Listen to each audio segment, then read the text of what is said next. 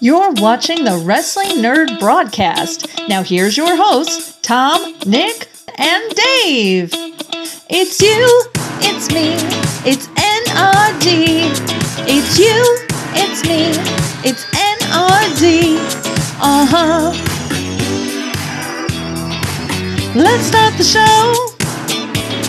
That is right, ladies and gentlemen. It is you, it is me, it is T&D. Welcome to the Wrestling Nerd Broadcast as we take another step towards that historic, monumental episode 200 coming to you soon. But before we get there, we've got to get through Dave. this. Hey, Tom. Hi. He did it. He said the line. He said the line, everyone. He said the line. Nick. What's up? Hi. Oh! Sorry, gotta get it in. Gotta get paid. That's what she said. But you know what? Speaking of saying hi, we're going to be saying hi to two new micro brawlers shortly. Or, I mean, some people already said hi to one of them. We got a pre-order. Jamie Hayter looking like it. Shit. Yeah, it's not good. Damn it. I'm so mad. I hate her new hair color in general, so I hate it in toy Yeah, form. I'm not a fan of the red hair. The bangs, was different. She went from hot to not. Yeah, I'm not a fan of the red hair. She was just doing this so much on Dynamite. What are we doing? I know she's kissing her bicep, but I'm cold. But so yes, we're getting a Jamie Hayter pre-order. Gear's cool, jacket's cool, face just they can't do women to save their life. But so there's that. That's pre-order that's going on right now if you haven't gotten it. But there is also now an event exclusive micro brawler in Will Ospreay, and damn, does that thing look good! It looks great. It's fantastic. It looks so good, and I've said this in our Patreon chat, patreon.com/WNRDB. I like Will Ospreay. I don't like him enough to go get another figure of his, although this one does look better. The new one's a lot better. It's a lot better. Same thing with the Demolition micro brawlers that they recently came out with. I was like, they're good. They're better than the previous ones we had, but I don't like Demolition enough to go get an additional set of Demolition figures. How do we feel about it being an event exclusive? I feel like that's going to divide a lot of people. I think it's cool. I think it is cool because it makes getting these things more special. And again, I hate the people that I saw somebody post the figure on Facebook, $49 shipped. I was like, fuck you, buddy. Don't buy it so you can fucking sell it. Buy it because you want it. Come on, my man. I would buy it to sell it. But I get that, but at the same time, it's just that's the shit that made me mad about this stuff. That we don't get from pre-orders, but hey, as long as somebody's putting up on a fucking Craigslist post, hey, I need you to drive to Chicago and buy this action figure for me. I'll be honest, $49 isn't unreasonable. I'm curious. I don't know if anybody have a list price for it in the arena. Anybody say what it was? I would assume 20 or 25. Yeah. So probably, who knows? It's pretty funny. You look at it now and what did the major box sell for that 4-pack originally? Was it $100? Oh yeah, it was $100. Fucking face value now. Back then we all laughed, but I'm like, they're just prepared for inflation. So yeah, this kind of stuff I think keeps it exciting. I mean, I seen somebody post in the group last week that they were talking about, is Brawlers done? I mean, is it so they're not even releasing it that much and this and that? But I feel like this is the kind of stuff that keeps it exciting. I mean, it's like the drops, the random drops they used to do. Yep. The wedding brawlers. And I think and even limiting brawlers and whatnot, it doesn't make them go that much fast. Because I mean, with all love to our friend Chris Castro, his might still be up. I don't know. I'd have to check. But the natural disasters took a couple days. I feel like there was Demolition, as we just mentioned, took a couple days to sell. So whereas I feel like in the past when we had a 500 piece drop, it was a lot quicker. But no, I think it's really cool. I think it's a fun way to. Obviously, it's only going to be AEW talent, so We'll see kind of who they choose to go with for the next one. It's a great looking brawler. It looks fantastic. If I didn't already have a Will Ospreay, I'd get that brawler. But maybe I get lucky on whatnot. So we'll see. But it says somebody's in the waiting room. The hell? Are we having a guest? Is it Spaceman George? I didn't plan on having a guest. Is it Shane McMahon explaining why he didn't debut? Oh, it's DDJ. Oh, son of a bitch. Hey, DDJ. Yes. Hi. Oh, he said the line again. Oh, he said the line yet again, everyone. I'm sitting under a blankie like an old man, just covering my legs. Ain't nothing wrong with that. Hey, we're all about showing leg on this show. Here's my busted kneecap, everyone. No there one you wants go. to see it. Hey, if anybody knows anything about busted knees, it's me. It is. We do know. I'm an Italian from New Jersey. I know about busting people's knees. Well, I mean, DDJ did it to himself. That and the elements help. But we digress. Yeah, the elements, yeah. So how do you like that, Nick? We were literally just talking about how we didn't get Shane McMahon tonight, but we did get DDJ as a run-in.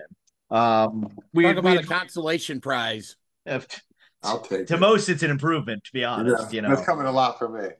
I mean, it is really quite. No, DDJ, we were just talking about how we're getting an event-exclusive micro brawler before we got into the all-out fallout. What do you think of micro brawlers being event exclusives now? Just another way for them to make money. I mean, isn't that what this country's about? Come on. If you're not trying to make money, what are you doing? I mean, it's something that, just to try to see how to sell them, because I think they're kind of running out of ways that they need to distribute these things because, the market's getting saturated. Very accurate. It hasn't been already. It's very accurate.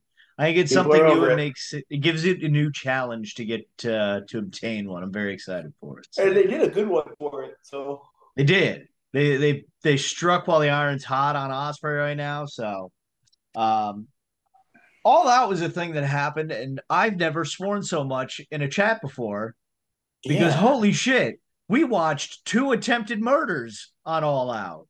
It was insane. This was AEW's pay-per-view this year. It is AEW's best show of the year, hands down.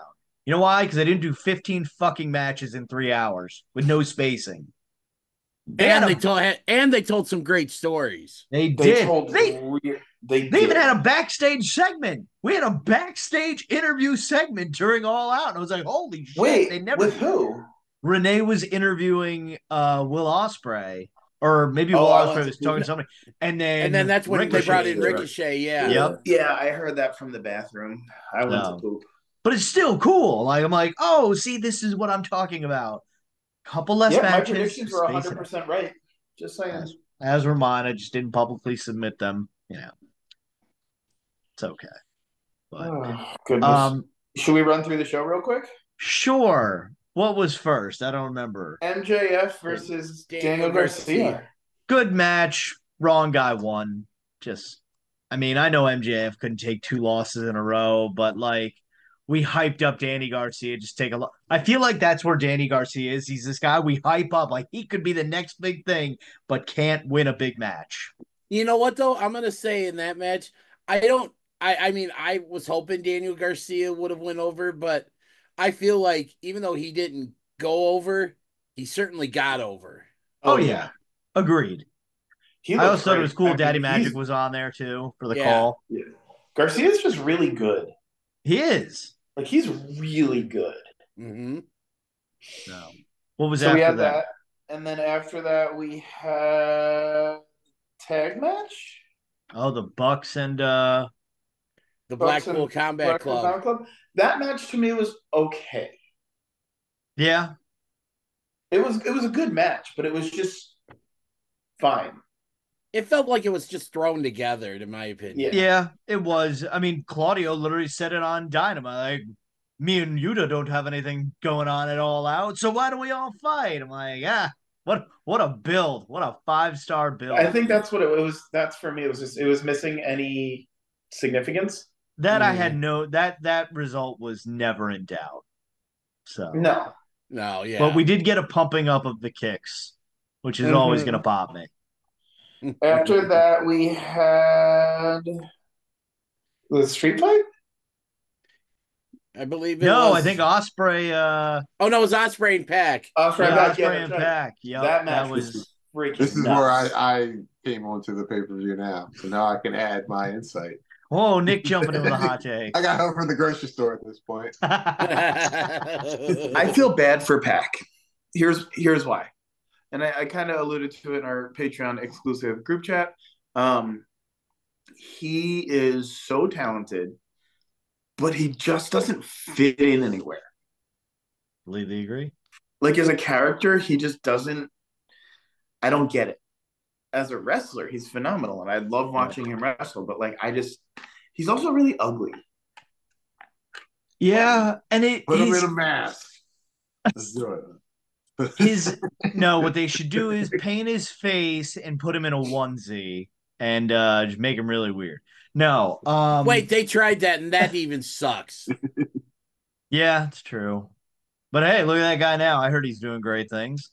I'm thinking of someone else. I have no idea who you're talking about. I was thinking of Stardust. I was thinking of Wendy Chu from NXT. Oh God. Oh God. Oh jeez. Oh, don't even get me started on that chaos that's going on there. But no, I completely agree with you, Tom, on the Pac thing. It's just like something's missing, and it's not the in-ring thing. It's great, just something's there. Good match, though. I thought. Oh, it was a fantastic match. It was on its way to being the match of the night until murder later on. All the murders. Murder took over later on in the evening. What do we have after? Then it was the women's. Then there was the street fight. Oh, that's women's match of the year for AEW.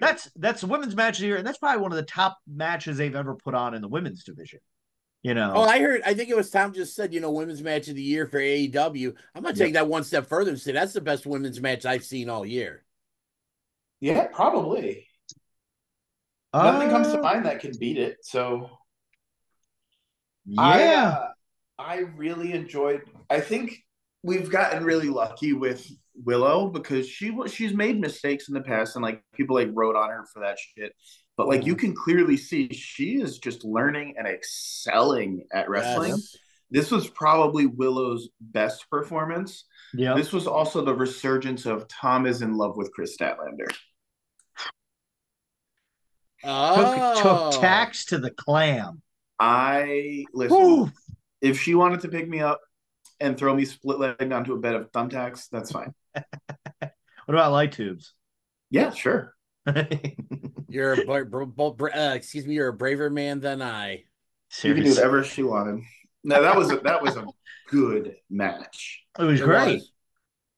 Great. They brought my only thing is they just ran you didn't realize that she used light tubes until she was holding the shards in her hand.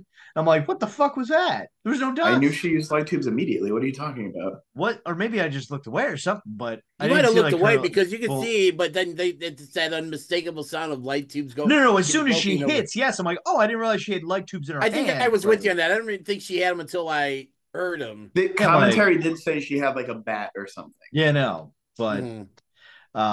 Yeah, tax fucking man, that stuff just I can't with that.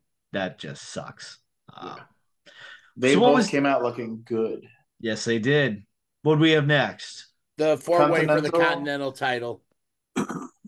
Good match. I don't care about the Continental title right now because I just have a feeling they're just holding it and we're in a holding pattern until we get to Kenny. I mean, maybe I'm wrong on that. But no, I don't think you're that far off. I mean, I just don't understand what this title's. It just seems like it's a prop. I mean, it does. It's like we're bringing in Okada, and we have to give him a belt to bring him in.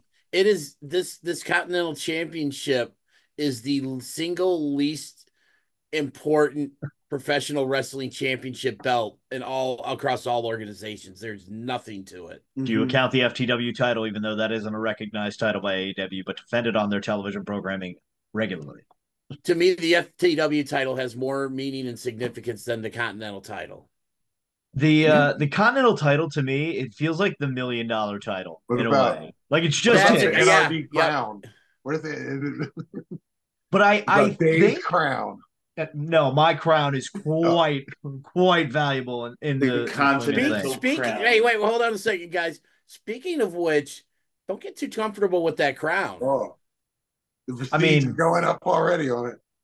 listen, pal, this crown is quite comfortably. I am the what am I, 7-time king of the nerds? I like That means you've sucked 6 times. well, let's Thank you. He stole my line. wait a second. Wait a second. You know what? Because you know what, DDJ? I'm gonna pull one right on you. Isn't your favorite wrestler of all time Ric Flair, who was a 16-time world champion, which means he lost it 16 times? You know Ric Flair what? sucked. Hey, now. Can't wait until he's dead. Jesus Christ. He was not in the main event of All Out. No, he Oh, wasn't. wait, I meant Hulk Hogan. I'm sorry. Yes, I was gonna say Ric Flair is okay. A little weird, but he's not that bad. I was just trying to be a bad guy. Let me try to figure out my role here. But back to the Continental Classic or the Continental title. I believe they said that every like they'll have the Continental Classic each year, and that the champion will have to defend their title in that tournament again. Basically, like what Kingston did during the Yeah. original, because Yes, he went into exactly. it with, But so Okada will be in there, and they'll have to win it all to still be. So like that's how you can take the belt off somebody without them actually losing it. So to see, say. to me that's cheap. Just have the tournament and maybe the winner challenges them for the championship. Yeah, that would make sense, but it's AEW booking sometimes. What do we have after the 4-way? Sheeta versus Mercedes. So what do we have after that? The attempted murder #1. Oh my Murder God. match. Yeah, Ooh. that was murder. The match wasn't bad. I never had a doubt that Brian wasn't gonna win that. I fell asleep. They've done a good job. Like I like how they did the callback to like 3 years ago. Brian helped save Jack Perry from the Elite, and now they're on opposite when sides. he debuted, which I saw that live. I like that callback. And then yeah, Luchasaurus or Kill Switch, whatever they called him this week, came out, and I was like, I really thought it was the Black Tarus guy. First, I was like, whoa, what's he doing here? Then I realized it's Luchasaurus. And I was like, oh shit, they're gonna cash in and just get this terrible thing out of the way. Nope. And, but then the BCC came out, or the BBC, as Nigel called them earlier in the evening. Do that research on your own in an incognito tab. But then yeah, BCC came out and stopped the family from coming out and cashing in. They held up the title and they all raised their arms, and then Claudio and Moxley turned heel along with Pac, and then attempted to murder Bryan Danielson by placing a plastic bag over his head. Holy shit. I don't think anybody expected that. No, not that. I mean, well done. My only problem with it, and of course is me nitpicking, is Wheeler's just being held back by Pac with one arm. Like, dude, throw an elbow or something if you're that desperate to get to him. He's like just standing there, like, like, dude, you can fight a little bit. That was my only nitpick on it. He's underrated, man. Yuta's great. Yeah, he is. Yes, he is. Really, there may be a little like a mob hit. There may be a little. There may be a little bit more to his lack of effort in trying to get to to help Danielson than maybe what we're seeing. So it's possible. I mean, it was a little scary though, because I could see like Brian breathing in the bag and like the bag inflating and deflating, and it's starting to fog. And I'm like, oh my God, they've got it on tight. Sure. Like, holy shit, he's gonna pass out on himself. And I immediately said when he ripped it but kept it closed. Yes, like so he could get air out, but which was that took a minute before they got to that point. I was like, oh my God. That took more than a minute. That took way too long. Like Bryan Danielson is fucking Houdini out here. And all of a sudden, all I could say was, Nick, show this to your children so they know not to play with those fucking bags in the produce section of the grocery store. Yeah, that's true. Because I remember my mom yelling at me when I would like try to rip one out to help her. And she'd be like, no, you could choke on that. I was like, how? 32 I like to years pretend to kill people that way too. So it made me uncomfortable to watch.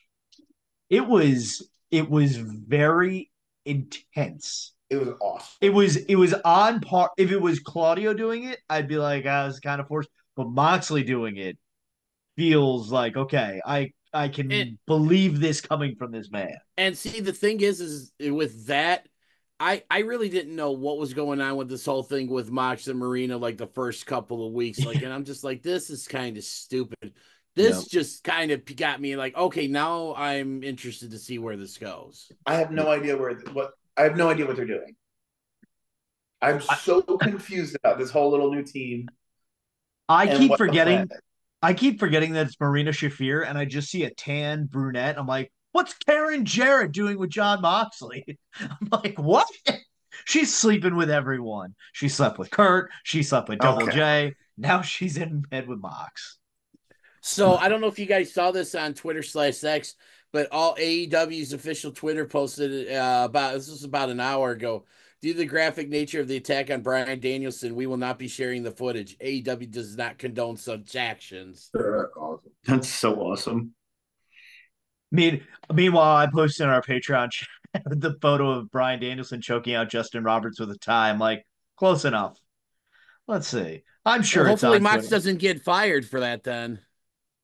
Oh my God. It was just so good. I'm like, it's a plastic bag, Brian. Poke a hole in it. Come on. It was so good. I haven't seen an effective use of the plastic bag chokeout method since the last time I watched the new Vacation movie that came out a few years ago. Yeah. Ew. The best is the fans just chanting, "This is murder." Yeah. Like, well, there's an open and shut case. Well, it's just like when they chanted when Hangman Page burnt the house down, "This is arson." It was fantastic. Did you see Hangman's new shirt? It's just the Swerve's Who's house, but it's on fire. It's so good. That's really. It's like good. well done. I hope he splits the rights with Swerve on that. And speaking of Swerve and Hangman, they were the main event, and Jesus, that's cool. I like it. Jesus They was lived up this to it. fucking. It was justified violence. This wasn't just because I've watched too many death matches where I feel like there's no story and it's just two guys like just trying to use weapons for the sake of using weapons. This was justified violence. And I don't mean like I don't want to ever justify violence in the real world, but like in wrestling sense, justified violence. I really enjoyed like the tote. I don't think I've ever seen that in a match before, like the tote of weapons, and they just keep going into this tote and pulling out. I'm just like it just seemed like something new. Stapling each other. I'm like, Yeah. This was the one match, like you said, I'm a little over 20 minutes away from where this show happened, but I didn't go just because and I just really, for the most part, I really was like, you know what, I'm good watching at home. The build up for this match made me like almost change my mind to go to the show, but I still ended up not going. I still ended up not going because I spent a little bit more money at the Brewers game I went to last night than I had planned on. So I'll say this. If this was the match that would have made you go, I think you were better off staying home because I feel like this kind of match is better enjoyed on TV than it is in person because I feel like it's hard. I'm pretty sure we've all seen a steel cage match in person. It's hard to see in person and enjoy it as well as they shot. Can I tell you the last steel cage match I saw in person? Sure. Was Daniel Bryan and Bray Wyatt at a house show when they were doing the red lights for Bray. Oh God. It was awful. I want to say, I think the last cage match I saw, and I know Dave will appreciate this because of the I guess the story leading into me going to this show, was at the All Out that I won the suite for when there was the Bucks versus the Lucha Brothers. I think that was the last cage match I saw live, and that from where I was sitting, it was a great view. But man, that was But I do like that take though about it being better to watch on TV than in person. Can we agree though? Hangman and Swerve feud of the year, like, has to be a contender. Yeah. I would right now. It's definitely, I think, the leader in the clubhouse. I would say that is potentially. It's probably my second favorite match of the year. CM Punk and Drew McIntyre. It's got to be up there. What about Dom? Yeah, what about Dom and Rhea Ripley? Nah. No, I do. I will give you CM Punk and Drew though. I'll say this: that Swerve Hangman match, though, that is arguably my second favorite match here, behind Cody and Roman at Night 2 of WrestleMania, just because they made me feel things, but two different things. Yeah, Like they're great matches for different reasons, and it was just holy shit. That needle spot. Ooh. Oh boy! I will say I'm mad at the ref. For stopping it? When Swerve stomped Hangman through the table off the turnbuckle, when Swerve landed, his knee almost landed on the cinder block because it was still in the middle of the ring. The ref should have moved that cinder block. What about the gnarly cinder block spray? And we all know that because we've all brushed our hand against a brick wall or something. But I'm just like, jeez. To me, that was the most painful moment of the match. What's that?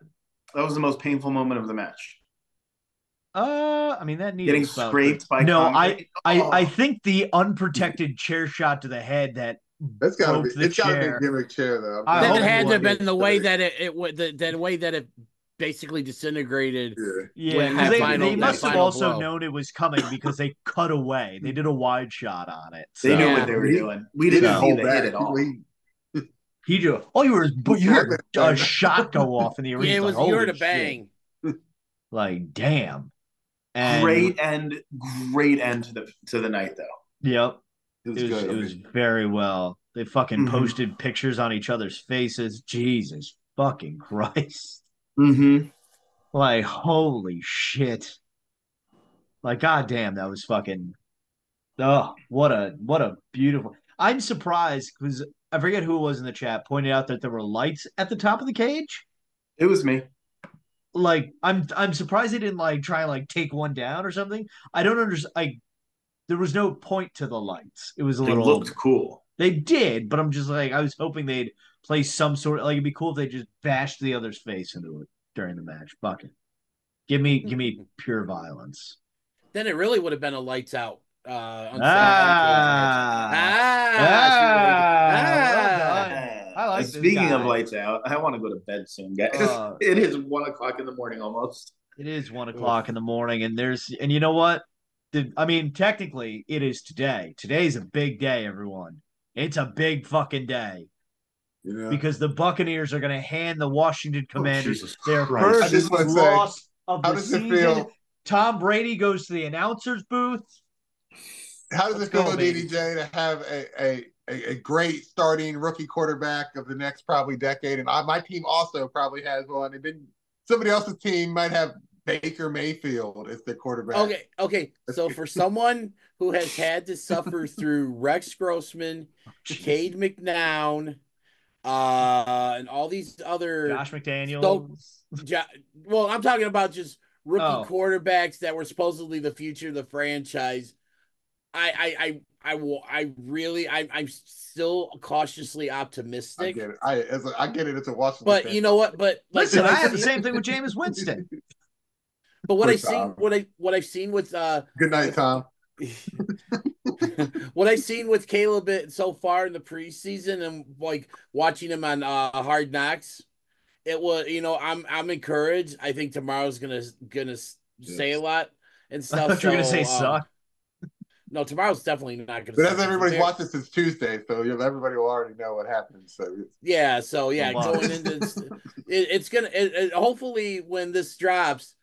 It'll be, on a good note, and I can say that it didn't suck, and I don't expect it to suck. Tom predicted all 14 games right on Sunday. It was incredible. Well, Dave's not going to just be sad if, the Buccaneers, there's going to be other things that are going to happen in the future that he's going to be sad. And all I'm going to say is start studying, boy. Is that a threat? Not a threat? No, that's not a threat. That's not a prediction. That's a spoiler. Ooh. You know what else is a spoil? When you grab a can of refreshing Sam Adams. Fucking Christ. It'll spoil your taste bud. You'll spoil your taste buds in any other beer you ever try to consume because there's nothing more crisp and refreshing than a Samuel Adams beer. Now serving Oktoberfest. So that's going to do it for this episode of the Wrestling Nerd Broadcast. Ladies and gentlemen, we thank DDJ for stopping by and talking all out with us. thank you for stopping by. Make sure you subscribe to us on all platforms, social media. Check out our Patreon like DDJ has, patreon.com/WNRDB. Check us out on ProWrestlingTees.com/The Wrestling Nerd Broadcast. That's nerd spelled N-R-D. And of course, right here on YouTube, if you haven't already done so, subscribe to The Wrestling Nerd Broadcast. Over 1,000 subscribers and growing every day. DDJ, the floor is yours. Plug away whatever you'd like. Well, thank you very much. Obviously, I was I once need to part- interrupt. Hold on. Oh, God. Breaking news. Dave just said, DDJ, the floor is yours to plug whatever you've got. No, DDJ, the floor is yours for whatever you got to say. Make it rhyme, Dave. Jesus Christ. Go ahead, Dennis. I don't know how to Don't be follow a that menace. No, I'm trying to say, like, we should get, like, DDJ, you got the floor, babe. up. Baby. All right. So first off, as always, thanks for letting me come on the show. You guys you're killing it and keep on killing it and stuff. But so first off, thanks to you guys for the friendship and allowing me on, and that just want to give a quick plug to the podcast that I produced. They used to be on called Shooting Shit. They're still killing it. We're a few weeks away from doing our 150th episode. We got my show that I'm currently producing and one of the co-hosts on 5 Star Takes. We're getting that almost at episode 25. We just recorded episode 23 that dropped a few days ago, and we've got a very special episode planned for this coming week, episode 24. We're doing a special tribute to Harley Race, and on the show we are actually going to have his son Justin come on, and he's going to share with us what Harley was like as a father. So I'm sure we're going to hear a lot of stories that people have heard in the past, but we're also going to hear a lot of stories that people may have never heard. So you guys, anybody that watches this show, go to youtube.com slash @ symbol 5 Star Takes, all one word. That's where all our old episodes are. The episode with our interview with Justin Race will be dropping this Friday morning at 11 a.m. Eastern time. So that's nice. That is Yes. awesome. Definitely check out DDJ's shows. He is the man. You'll be the man or woman if you subscribe to our show and his. It's all great stuff. Plenty of wrestling content for you on the internet to watch. And not only am I the man, I am the future king. I don't like that. I don't like that omen. I don't like that omen. I kind of like it. I don't. You're a Commanders fan. I command that you all go to bed. God. And then I command that you subscribe to the broadcast if you haven't already done so. And more importantly, make sure you tell your mother you love her every day because like Kevin Durant said, Mom, you're the real MVP. Good night, everyone. And God bless America. In 2 weeks, I'm going to hug Dave and I'm not going to wear a shirt on. And I'm going to hug Nick and I'm not going to wear a shirt. And I'm going to hug Margaret, but I'm going to wear a shirt. And then I'm going to hug Dave's parents. And then I'm going to hug Danielle's parents. And I'm going to hug everyone at the wedding. And I'm going to hug them real nice and tell them in their ear very gently. I'm going to say, Tom says hi. Have a hug. I'm going to drink your bath water. Ah.